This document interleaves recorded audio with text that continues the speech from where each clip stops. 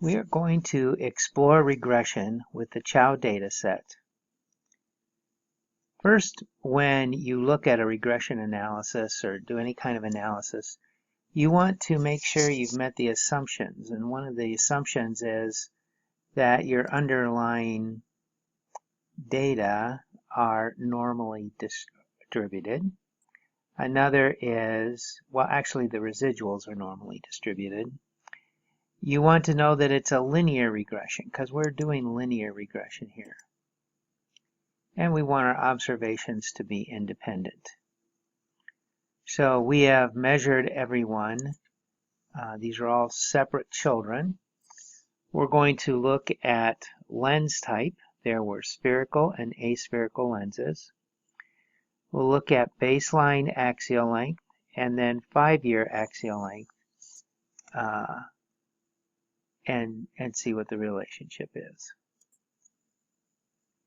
Now the green dots are the aspheric lenses and the blue dots are the spherical lenses.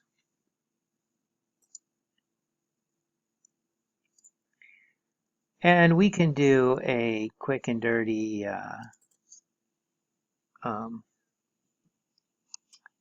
regression line by choosing up here if we wanted one line, we would pick that one. If we want split by lens type, we can click on that. And here we get two lines, and we're told that the spherical R squared is 46, and the custom aspheric R squared is 88. Now, we will talk more about these things, but basically you should remember from previous studies that R squared represents the proportion of variance accounted for by the or the proportion of variance shared by the two variables. Okay. Let's go in and do a regression, and let's separate these two types of lenses. They don't look like they're the same thing, so let's split our file, compare our groups by lens type, and then let's run a regression. We want a linear regression. We want the dependent variable to be axial length after 5 years, and the independent variable to be axial length at baseline. Now, remember when we did analysis of variance, the dependent measure was continuous, as it is here, but the independent variable was categorical, like refractive type or lens type or something like that. Here, the independent variable is continuous. And from our graph, we saw that it was pretty linear, so that was one of the things that we wanted to make sure. There aren't too many. This is just a single linear regression. Not too many options that we have to worry about quite yet. We would, however, like to plot our unstandardized. That means just regular old predicted values. So from X predicting Y, we're going to save that. And we could also look at unstandardized residuals and studentized residuals. So unstandardized are the observed value minus what we would expect from the prediction.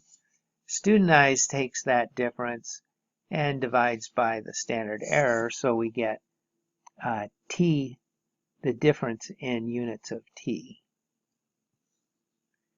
All right, now let's do that. We could look at these influence statistics, basically look and see if there are certain values, particular values that influence, like outlier type things, that really put undue influence on things. We can look at prediction intervals. We can also predict those, and so forth. Let's go on. Okay.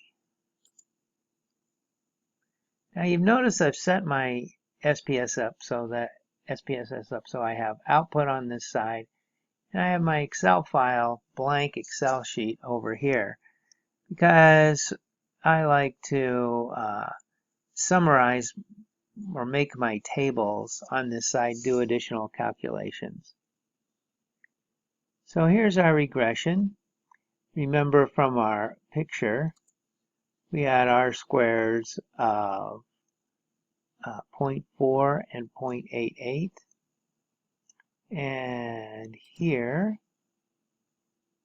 we have R squares of 0.46 and 0.888.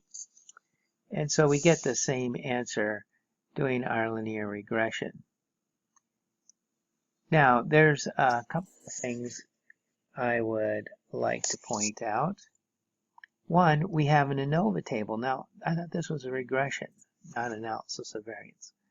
But in fact, regression, the linear regression equation is called a grandfather clause.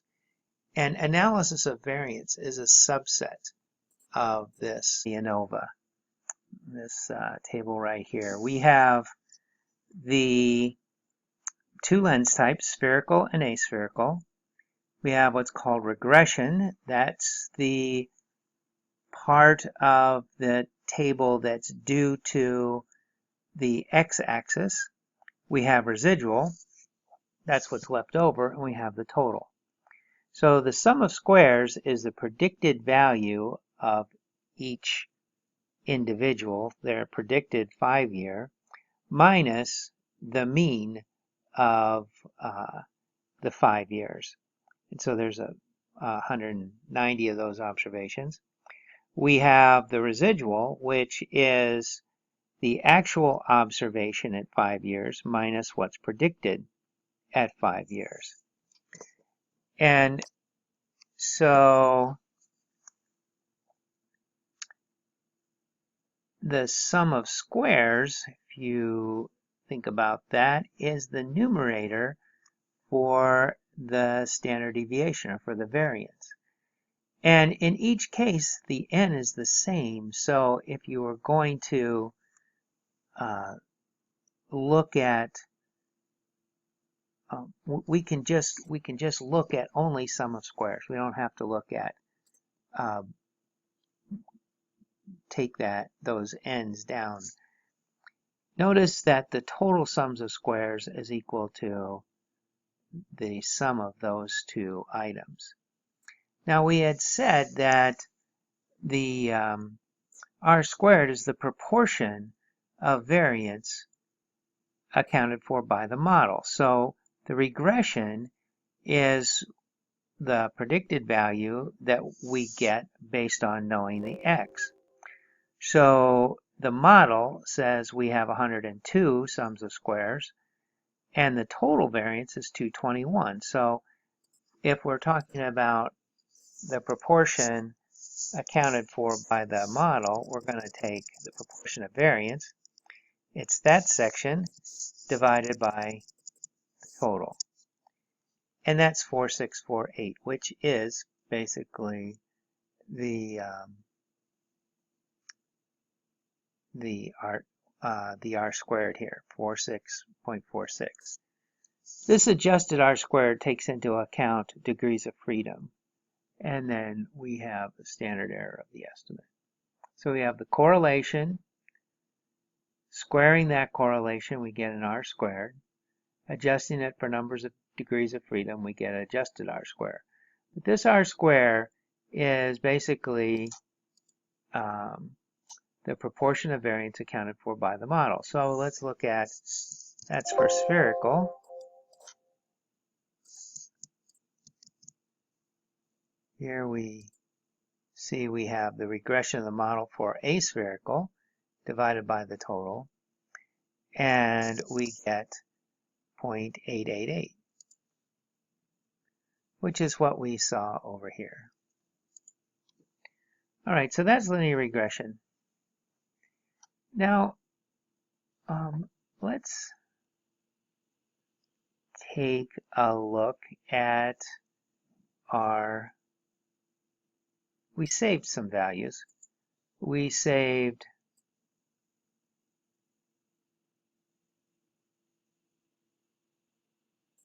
the predicted value, we saved the residual, and we saved the standardized residual. Let's just plot the predicted values. So let's do graph, legacy scatter plot, and rather than axial length at 5 years, let's do predicted axial length at 5 years.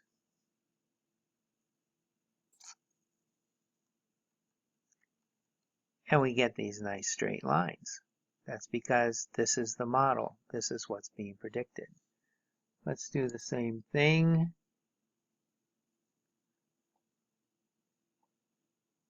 And let's do the residuals.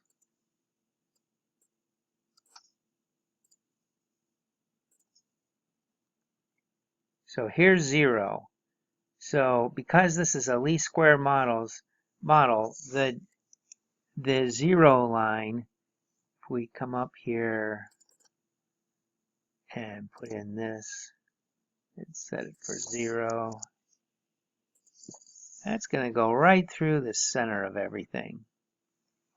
And so we have equal numbers of, well, basically there's equality. If you took the mean of this, it would equal the mean of that. And they'd be on either side.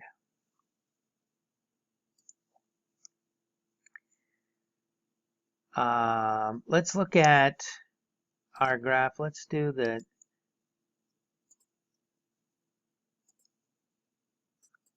standardized residuals.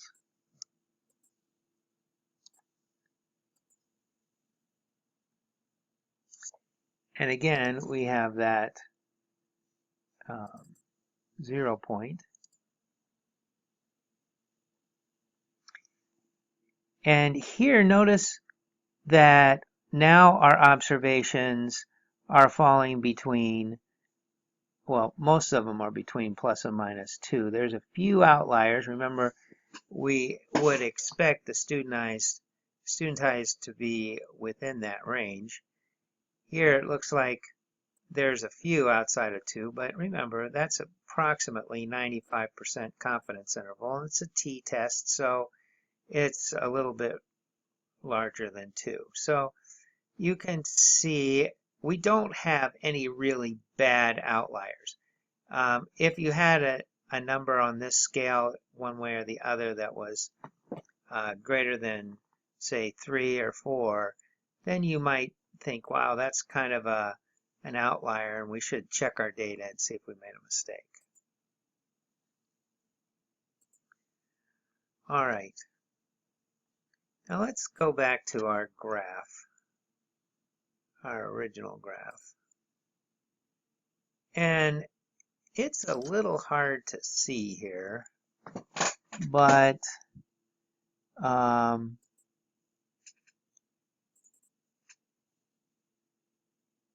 and get rid of those labels.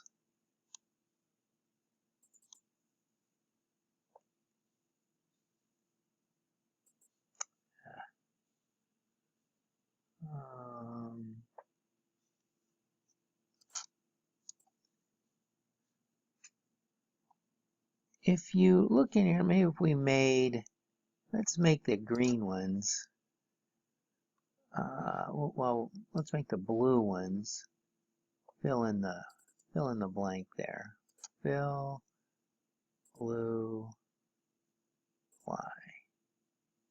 Notice there's a lot of blues that are similar. Let's do one other line we should add in here is a line of identity. So let's say if y equals x, Now let's look at that line. What does this y equal x line mean?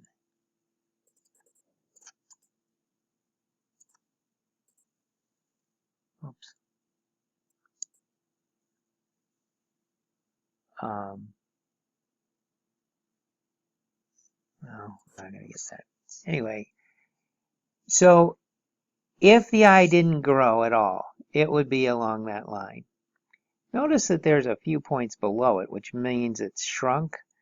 That's not likely to be the case. Those are probably measurement errors. But we can see that the green is basically pretty much tied to that line. The eyes grew a little bit, but not very much. There's a whole bunch of blue that's above that line. But there's also a whole bunch of blue that are right on that line. In fact, there's even a gap in there. What is with that gap? It's like there's a big difference there. It could be that these subjects here are qualitatively different than the blue dots here. There might be something different about them.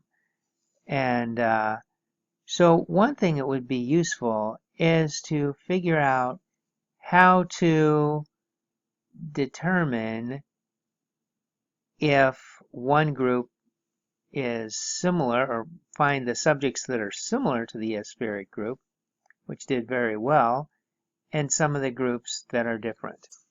We want an objective way of telling the differences between these two groups.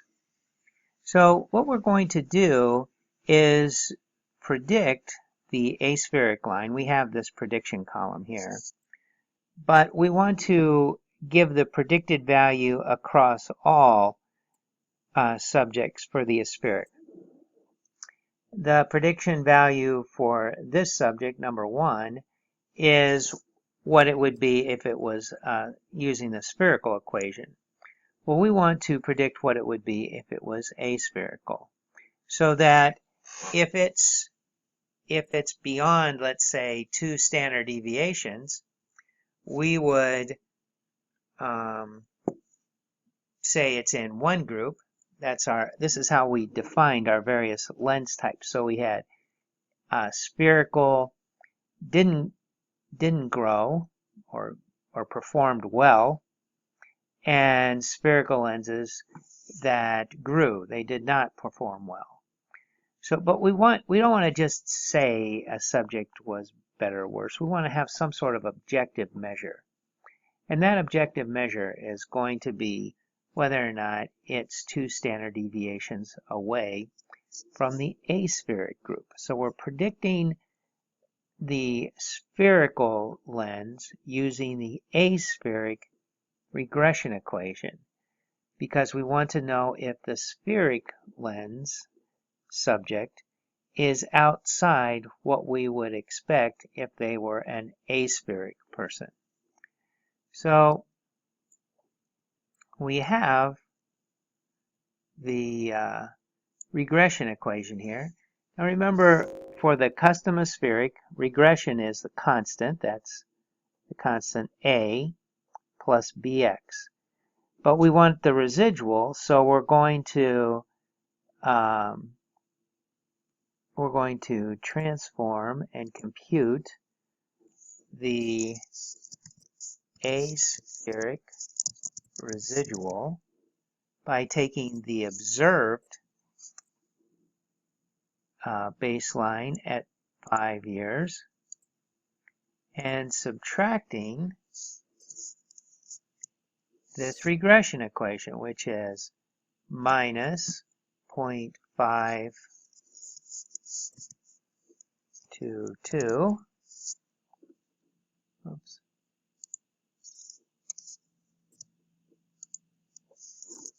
plus the coefficient, b, that's the a, this is the b, 1.039. That's interesting. Minus,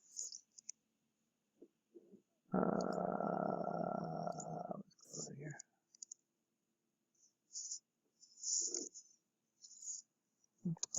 2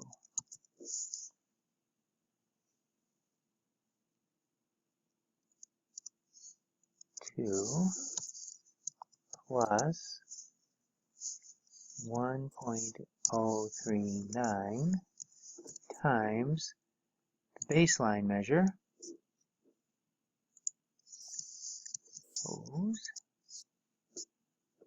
Okay.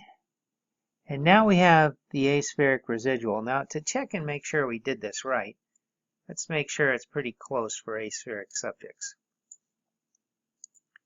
So we have aspheric subjects coming in right here. So the residual, the unstandardized residual, should be the same in both cases.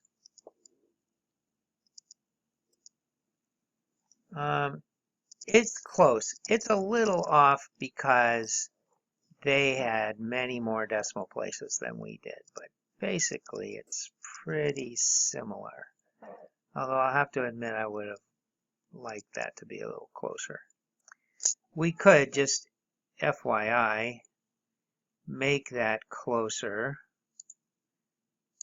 if, and I'm not going to bother with it now, but if we come up to our coefficients, if we double click on this table and make it a pivot table, and then we look at this value, you can see all the extra decimal points we could get. And then it would be a little bit better fit. But we're not going to worry about that right now. Okay, so this is our residual, and we're going to take that value and ask if it's greater than 2 standard deviations away from the mean. So these are millimeters away from the mean of what the aspheric was. And so first we have to figure out, well, what is a standard deviation? Now you've had your source table up here. From analysis of variance, what was the standard deviation? The average standard deviation. Well, it is the residual mean square error. It's the square root of that. So the standard deviation is equal square root of this. Now we have the standard deviation for the values, the residual values, and we want to be outside 2 standard deviations, so let's take 2 times that value. And we get this value right here. Now, let's go back into our table here and let's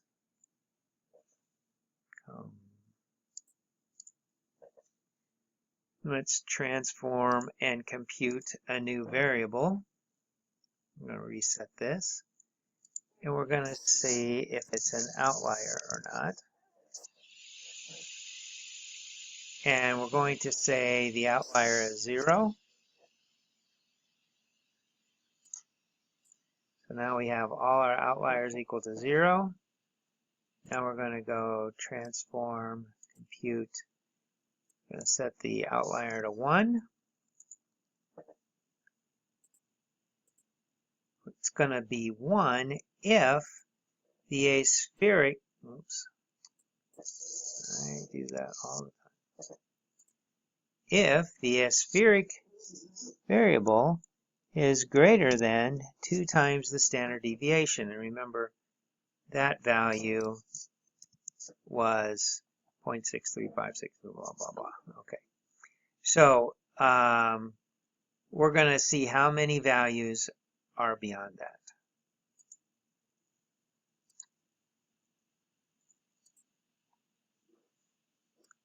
Now, remember how we created, or we had lens type 2. Spherical works well.